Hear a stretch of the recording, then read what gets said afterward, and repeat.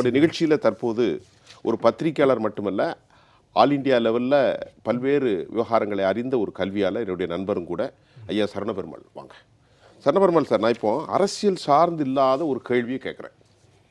ஒரு கட்சித் தலைவர், நீங்கள் சர்வதேச விஷயத்தை பார்த்துருக்கீங்க, நானும் பேசியிருக்கோம். ரொம்ப கிட்டத்தட்ட ஒரு 10 முறை வாய்ப்பு கொடுத்துட்டோம். தட் பாலிசிஸ் இந்த விதமான ஒரு சூத்திரம் can be applied all the sectoral people, எல்லா விதத்துக்கும் அப்ளை பண்ணலாம். 91 அதிமுக 60%, 96 அப்போ தான் மட்டும்தான் குறைந்தது, 2001 50% அம்மாவுடைய தலைமையில், 2006 40, 2011 52, எல்லாமே 50-40 தான். ஆனால் இன்னைக்கு 20-23, 10 முறை தோல்வி கண்டப்புறம் ஒரு இயக்கம். நல்லா கவனிங்க. அதற்கு பிறகு இனி எப்போது வெற்றி பெறப் போகின்றது, இனி எப்போது அதற்கான வாய்ப்புகளை தமிழ்நாட்டு மக்கள் கொடுக்க போகிறார்கள்? அனைவருக்கும் மாலை வணக்கம். சக கருத்துரையாளர்களுக்கும் நெறியாளர் உங்களுக்கும், அது நம்ம ஜெயா ப்ளஸ் நியூஸ் குழுமத்தினருக்கும் டெக்னீஷியன்கள் அனைவருக்கும் என்னோடய பணிவான மாலை வணக்கத்தை தெரிவித்துக்கொண்டு, தமிழ் கடவுள் முருகனுடைய திருவடிகளிலிருந்து பொன்னான கருத்துக்களை தெரிவிக்கிறேன். அதாவது இந்த அதிமுகவினுடைய இந்த அபரீதமான, அதாவது அரசியல், நம்ம ஐயா அவர்கள் வந்து அந்த ஹிஸ்டாரிக்கல் ஃபேக்ட்ஸ் எல்லாம் நிறைய சொல்லியிருக்காரு. கடந்த விவாதங்களையும் சரி, எம்ஜிஆர் எப்படி வந்து கட்சியை உருவாக்குனார், என்ன மாதிரி கஷ்டங்கள்லாம் இருந்தது அப்படியெல்லாம் சொல்லியிருக்காங்க. அது இல்லாமல் ஜெயலலிதா அம்மையார் வந்து கட்சியை எப்படி மீட்டெடுத்தாங்க அப்படின்லாம் சொல்லியிருக்காங்க. இந்த மாதிரியான அனுபவங்கள், இப்போது எடப்பாடியார் வந்து ஒரு கிளை செயலாளராக இருந்து கழக செயலாளராக மாறி இருக்கிறார் அப்படின்னு சொல்லும்போது, இந்த மாதிரி அனுபவங்கள்லாம் அவர் பெற்றிருக்கணும்னு தான் நாம் எதிர்பார்க்குறேன். இப்போ நான் வந்து ஒரு அமைப்பில் இருக்கேன்னா, அந்த ஒரு சில விஷயங்களை வந்து ஒரு நுட்பமாக, அரசியல் சார்ந்த விஷயங்களை நுட்பமாக கருதி அதை எப்படியெல்லாம் வந்து முன்னாடி இருந்த தலைவர்கள் வழி நடத்தினார்கள், என்ன ஹிஸ்டாரிக்கல் ஃபேக்ட்ஸ் இருக்குது, இன்றைக்கி கரண்ட் ட்ரெண்டில் எப்படி நம்ம பண்ணணும் அப்படின்றத தெரிஞ்சிருக்கணும். அது தெரியாத ஒரு தலைவராக விளங்குகிறாரோ என்று மிகப்பெரிய ஒரு கொஸ்டின் மார்க். என்ன காரணம் இருக்கும்? அதுதான் நான் சொல்கிறேன். அவருக்கு அனுபவம் இல்லைன்றது தான். அல்லது அனுபவ ரீதியாக அவருக்கு அந்த கையாளும் திறமை இல்லை, அல்லது வந்து குறிப்பிட்ட, அதாவது எல்லாரையும் சமமாக நோக்கக்கூடிய தன்மை இல்லாதவராக விளங்குகிறாரோ அப்படின்றது. அந்த கொங்கு பெல்ட் அப்படின்ற பகுதியை வச்சுக்கிட்டே அவர் வந்து ஏதோ தமிழகத்தையே கைப்பற்றிடலாம் அப்படின்ற மாதிரி ஒரு கட்டமைப்பை உருவாக்கி அந்த மாதிரியான முன்னுதாரணமாக செயல்பட்டதன் விளைவாக இன்றைக்கு மிகப்பெரிய சரிவுகளை தென் மாவட்டங்களிலே கொடுத்திருக்கிறார்கள் மக்கள். இப்போ சரணபெருமாள்கிட்ட கேட்குறேன், 1 முறை சொல்லலாம், 3 முறை சொல்லலாம், 5 முறை சொல்லலாம், 7 முறை சொல்லலாம், 9 முறை சொல்லலாம், 10 முறை சொல்லி 11வது முறையில் போட்டியிலிருந்து விலகிறார். இனி எப்படி நீங்கள் சமாளிக்க போகிறீர்கள்? நான் கேட்பது அரசியல் சார்ந்தல்ல, ஒரு பத்திரிகையாளர் நான் கேட்குறேன். அதாவது இதை வந்து எப்படி ரொம்ப நகைப்புக்கு உரியதாக இருக்கிறது அவருடைய செயல்பாடுகள். புரட்சி தமிழர் என்று அவரே பட்டம் சூட்டிக் கொள்கிறார். அதற்கான செயல்பாடுகள் எதுவும் இருப்பதாக தெரியவில்லை.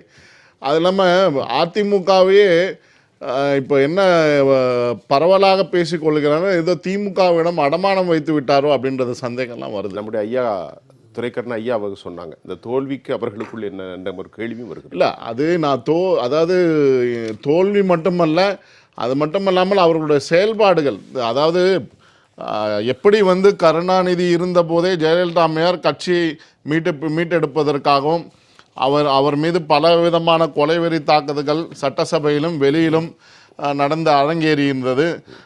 லாரியை வைத்து கொள்வதற்காக முயற்சிகள்லாம் மேற்கொள்ளப்பட்டது. அந்த மாதிரியான இன்சிடென்ட்லாம் பயப்படாமல் இருந்து அதற்கு உறுதுணையாக இருந்தவர்கள் நம்மளுடைய தங்கத்தாரகையாக, தன்னுடைய தோழியின் தங்கத்தாரகையாக விளங்கி கொண்டிருக்கக்கூடிய சசிகலா அம்மையார் அவர்கள் மிக சிறப்பாக உத்வேகம் கொடுத்து, ஏன்னா அவங்க குடும்பத்தில் இருக்கவங்க யாரும் அவங்க கூட இல்லை ஜெயலலிதா அம்மையாரோட, அது குடும்பத்தினுடைய உடன்பிறவாத இரத்த சகோதரியாக விளங்கியவர் சசிகலா அம்மையார். அவர்களுடைய உறுதுணையோடு தைரியத்தோடு இன்றைக்கு அரசியல் முன் சென்று இன்றைக்கு உலக அளவிலே அவர்கள் நினைத்திருந்தால், அவர்கள் இன்னும் கொஞ்ச காலம் இருந்திருந்தால் கண்டிப்பாக பாரதத்தினுடைய ஜனாதிபதியாகவோ அல்லது பிரதம மந்திரியாக ஆகக்கூடிய வாய்ப்புகள் எல்லாம் இருந்தது. உண்டு ஏன்னா நானும் வந்து இன்னொருத்தர் செஃபாலஜிக்கல் ஒர்க் எல்லாம் பண்ணி நம்ம அந்த அமெரிக்கன் கீ சிஸ்டம், அதாவது அமெரிக்காவில் இருக்கக்கூடிய ஒரு மிகப்பெரிய கீ சிஸ்டம் சொல்லுவாங்க. அந்த 10 பாயிண்ட் வச்சுட்டு அங்கே எலெக்ஷன் பேட்டர்ன் வந்து வேற, அங்கே வந்து எலெக்ஷன் ப்ரிடிக்ஷன்லாம் வேற மாதிரி பண்ணுவாங்க. அவர் பேர் எனக்கு சரியா நினைவு வரல. இப்போ உங்களுக்கு அடுத்த கட்டத்தில் நான் சொல்ல அவர் பேர். அவர் இங்கே சென்னையில் வந்து ஒரு மீட்டிங் போட்டிருந்தாரு. அந்த மீட்டிங் அப்போ இந்தியாவில் இந்த கீ சிஸ்டம் ஒர்க் ஆகுமா, American surveys key system work ஆகுமா, அதற்கு ஜெயலலிதா அம்மையாருக்கு அந்த மாதிரியான சிஸ்டம் கொண்டு வந்து அவர்களை பிரதம மந்திரி ஆக்க முடியுமான்னா நாங்கள் வந்து எங்கள் டீம் வந்து ஒரு அனலைசிஸ்லாம் பண்ணோம். ஸோ இதை வந்து என்னன்னு கேட்டிங்கன்னா அந்த அளவுக்கு தகுதி வாய்ந்தவராக இருந்தார் ஜெயலலிதா அம்மையார். காலகட்டத்தில் சரவணபெருமாள் இதை சொல்லுகிறது, she is always deserved personality. ஆமாமா, அந்த deserved personality which has been completely constructed by under control the leadership of madam Jayalalithaa. அதற்கு உதாரணம் நான் என்னால் சொல்ல முடியும். இப்போ நான் கடந்த விவாதத்தில் கூட சொன்னேன், சசிகலா அம்மையாருடைய அந்த அறிக்கையானது அவர்களுடைய மேற்கோள் காட்டி இருப்பது எப்படி மத்திய அரசாங்கத்தோடு இணக்கணமாக செயல்பட வேண்டும் என்பது ஒரு ஸ்டேட்ஸ்மேன், அரசியல் யூகத்தை சரியாக கையாளக்கூடிய நிபுணராக விளங்கக்கூடிய தன்மையை பெற்றிருக்கிறார் சசிகலா அம்மையார். அவர்களுடைய தோழியிடம் இருந்ததனால் அந்த அனுபவமும் அந்த இதுவும் அவர்களுக்கு கிடைக்கப்பட்டிருக்கிறது. அந்த லெவலில் தான் அந்த அறிக்கை வந்தது. கடந்த ஒரு 10 நாளைக்கு முன்னாடி 14 நாளைக்கு முன்னாடி அறிக்கை வெளியிட்டார்கள். ஸோ அதே மாதிரி தான் இப்போ வந்து பார்த்தீங்கன்னா அதுக்கு உதாரணம் நான் சொல்கிறேன், எதிர் விதையான உதாரணம். நம்ம மோடி ஐயா அவர்களும் முதல் முறையாக பிஎம்மா ஜெயிச்சு வந்ததுக்கப்புறம் கண்டிப்பாக அவர் வந்து நம்ம கூட்டணியில் இருந்தார். யார்? வைகோ. ஆமாம். சிறுபிள்ளைத்தனமாக ஒரு ஸ்டேட்ஸ்மேன் எப்படி ஃபங்க்ஷன் பண்ணும். அவர் வந்து ஒபாமாவுக்கு எஸ்வி கேன்னு புக் எழுதினவர். 2006 வந்து புக் எழுதியிருக்காரு. 8 வரைக்கும் யார் ஒபாமானே தெரியாது. சரி, அப்படி இருந்த காலகட்டத்தில் ஒபாமா தான் அடுத்த ஜனாதிபதினு புக் எழுதினவர் வைகோ அவர்கள். சிறுபிள்ளைத்தனமா பதவியேற்பும் கட்டத்தில் நீங்க எப்படி வந்து இவரை ராஜபக்சேவை அழைக்கலாம் என்று சிறுபிள்ளைத்தனமாக நடந்து கொண்டார். மத்திய பிரதேசத்தில் போராடினார். ஆமாமா, அதாவது டெல்லியிலே போய் நான் ஜந்தர் மந்தர்ல ஆர்ப்பாட்டம் பண்ணுவேன்னு சொன்னாரு. அதெல்லாம் வந்து சிறுபிள்ளைத்தனம். ஏன்னா அவ்வளோ பெரிய ஒரு அரசியல் தலைவரும் நான் எதிர்பார்க்கவே இல்லை இந்த மாதிரியான ஒரு சிறுபிள்ளைத்தனத்தை. அந்த மாதிரியான ஒரு நிகழ்வுகள்லாம் அதற்கு, அதாவது ஏன் இதை சொல்லுகிறேன் என்றால் ஜெயலலிதா அம்மையார் வந்து பில் கிளின்டன் காலத்திலும் சரி, அந்த எய்ட்ஸுக்கான ஃபண்டு வந்தது பில் கேட்ஸ் வந்தப்பையும் சரி, இந்த மாதிரியெல்லாம் கையாளாத விஷயம் வந்து சர்வதேச அளவில் புகழ் பெற்றிருந்தார். ஒரு விஷயத்தை நான் சந்தித்த Saravanaperumal, Hillary Clinton came here and met Jayalalithaa அம்மா. But I remember one second, அந்த அளவுக்கு அவங்க சர்வதேச அளவில் ஒரு புகழ் வாய்ந்த பெண்ணாக விளங்கப்பட்ட இந்தியாவில் உள்ள ஸ்டேட்ல செல்வி ஜெயலலிதா அவர்களை சேர்ந்து. அதாவது இன்னொரு விஷயத்தை நான் சொல்லிடுறேன், என்ன வெளிநாட்டு நண்பர்கள்லாம் சொல்லுவாங்க, அங்கே உன்னிப்பாக ஜெயலலிதா அம்மையார் உற்று நோக்கி கொண்டிருந்தார்கள். ஏன்னா அடுத்த பாரத பிரதமர் ஆவதற்கோ அல்லது ஜனாதிபதி ஆவதற்கோ இவருக்கு தகுதி வாய்ந்தவர் என்றது அமெரிக்காவினுடைய திங்க் டேங்க் அந்த அளவுக்கு வந்து ஒரு இதுவாக செயல்பட்டு கொண்டு. நீங்க இந்த அதிமுக விவகாரத்தை சர்வதேசத்தோடு இணைச்சு பாக்குறீங்க காரணம் நான் புரிஞ்சுக்கிட்டேன். என்னன்னா ஒரே ஒரு லைன் மட்டும் கோடிட்டு காமிச்சிட்டேன். துரைக்கரன் ஐயா அவர்களுக்கு நன்றாக தெரிந்திருக்கும், அதிமுகவினோட கொடி வந்து சிங்கப்பூரிலே பறக்க விடப்படுது கட்சி ஆரம்பிக்கும் போது. மலேசியாவில் ஆர்ப்பரித்திருந்தார்கள் தமிழர்கள், நாங்கள் அங்கே கட்சி ஆரம்பித்து ஆட்சியை பிடித்து விடுவோம். ஆனால் இங்கே அந்த கட்சி டெபாசிட் இழந்து கொண்டிருக்கு. அதற்கு என்ன நிலைமை?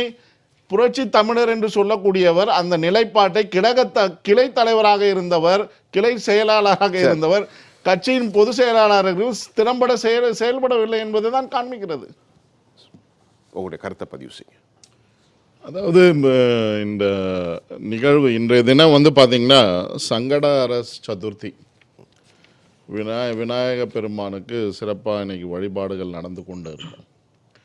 இந்த நேரத்தில் வந்து இந்த முக்கியமான பதிவை வந்து நான் பதிவு பண்ணுறேன். ஏன்னு கேட்டிங்கன்னா சின்னம்மா அவர்கள் வந்து அந்த பகுதியை தேர்ந்தெடுத்து களத்தை, தமிழகத்தை மக்களினுடைய அன்பை பெறுவதற்காக அங்கு சென்றிருப்பது மிகப்பெரிய ஆடி மாதத்திலே. நீங்கள் போன விவாதத்தில் கூட சொன்ன மொஹரம் அன்று ஆடி மாதம் எல்லாவற்றுக்கும் வேண்டியவர், எல்லாவற்றுக்கும் எல்லா சமூகத்தையும் சந்திக்கிறார்கள்.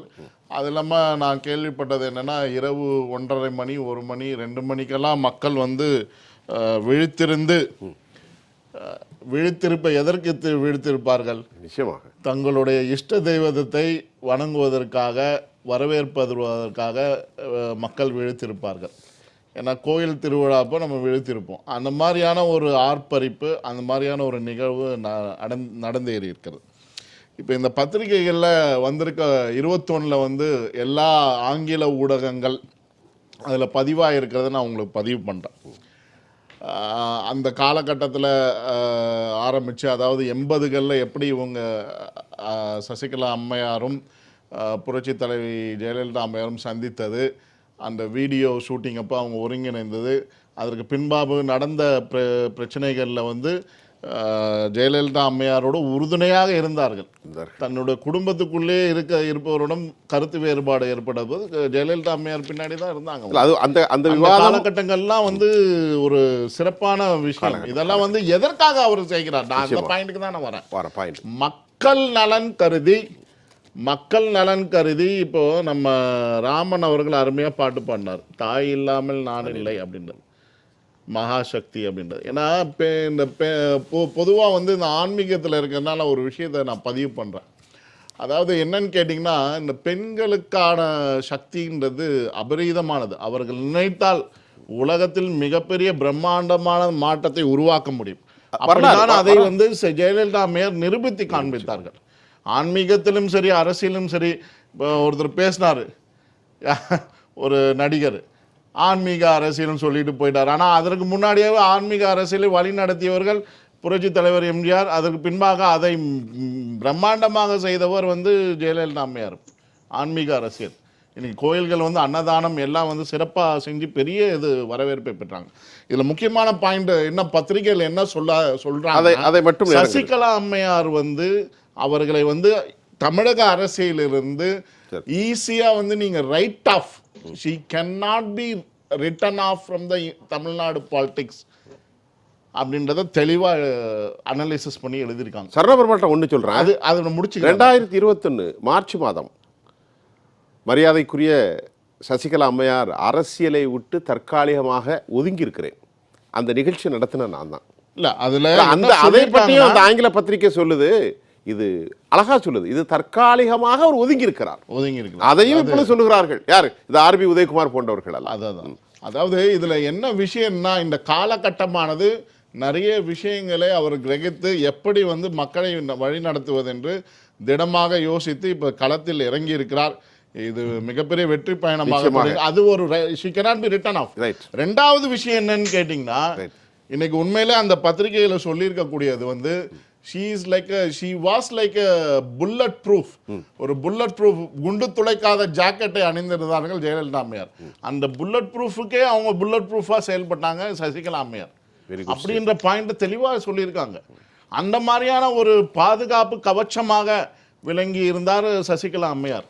அந்த பாயிண்ட் தான் இன்னைக்கு வந்து இந்த காலகட்டத்தில் தமிழக மக்கள் வெம்பி கொண்டிருக்கக்கூடிய சூழ்நிலையில அவங்க சசிகலா அம்மையாருடைய பயணமானது bullet proof for entire Tamil Nadu. Very good. சாமானிய மக்கள், அடித்தட்டு மக்கள், வெம்பி வெதம்பி கொண்டிருக்க மக்களுடைய புல்லட் ப்ரூஃபாக சசிகலா அம்மையாருடைய செயல்பாடு இந்த பயணமானது திகழும் என்றுதான் எனக்கு வந்து தெளிவாக இன்றைக்கு சங்கடார சத்தியத்தில் நான் தெளிவாக சொல்லிக்கிறேன். அது மட்டும் இல்லாமல் இன்னொரு விஷயத்தை நான் பதிவு பண்ண நல்லா தெரிஞ்சுக்கோங்க. இந்த இல்ல நான் முடிச்சிருக்கேன். முக்கியமான பாயிண்ட் லாஸ்ட் கட்டத்தில் கடந்த விவாதத்திலே சொல்ல வேண்டியது, தாய் உள்ளம் கொண்ட சசிகலா அம்மையாருடைய இந்த செயல்பாடு கண்டிப்பாக இவர்களுக்கு ஏன் புரியவில்லை? எனக்கு ஒண்ணுமே புரியலை. இவங்கெல்லாம் என்ன அரசியல், இவங்கெல்லாம் எதுக்காக அரசியல் இருக்காங்க? பேசாம நீங்க வந்து வீட்டுக்கு போயிருங்க எல்லாருமே. எதுக்கு இருக்கீங்கன்னு ஒண்ணுமே புரியல. இந்த அதிமுக டீம்னு ஒரிஜினலா வச்சுக்கிட்டு அது கோட்டு கொடுக்குது. ஏன்னா தெளிவாக சுப்பிரமணிய சுவாமி அவர்கள் சொல்லியிருந்தார், சரி சசிகலா அம்மையார் தான் தமிழக அரசியல நிலைநாட்டுவார் அப்படின்னு சொன்னாங்க. அதற்கு முன்னோராக இன்னைக்கு நடந்து கொண்டு இருக்கு. ஏன் முக்கியமான பாயிண்ட் என்ன சொன்னா, ஓட் பேங்க்.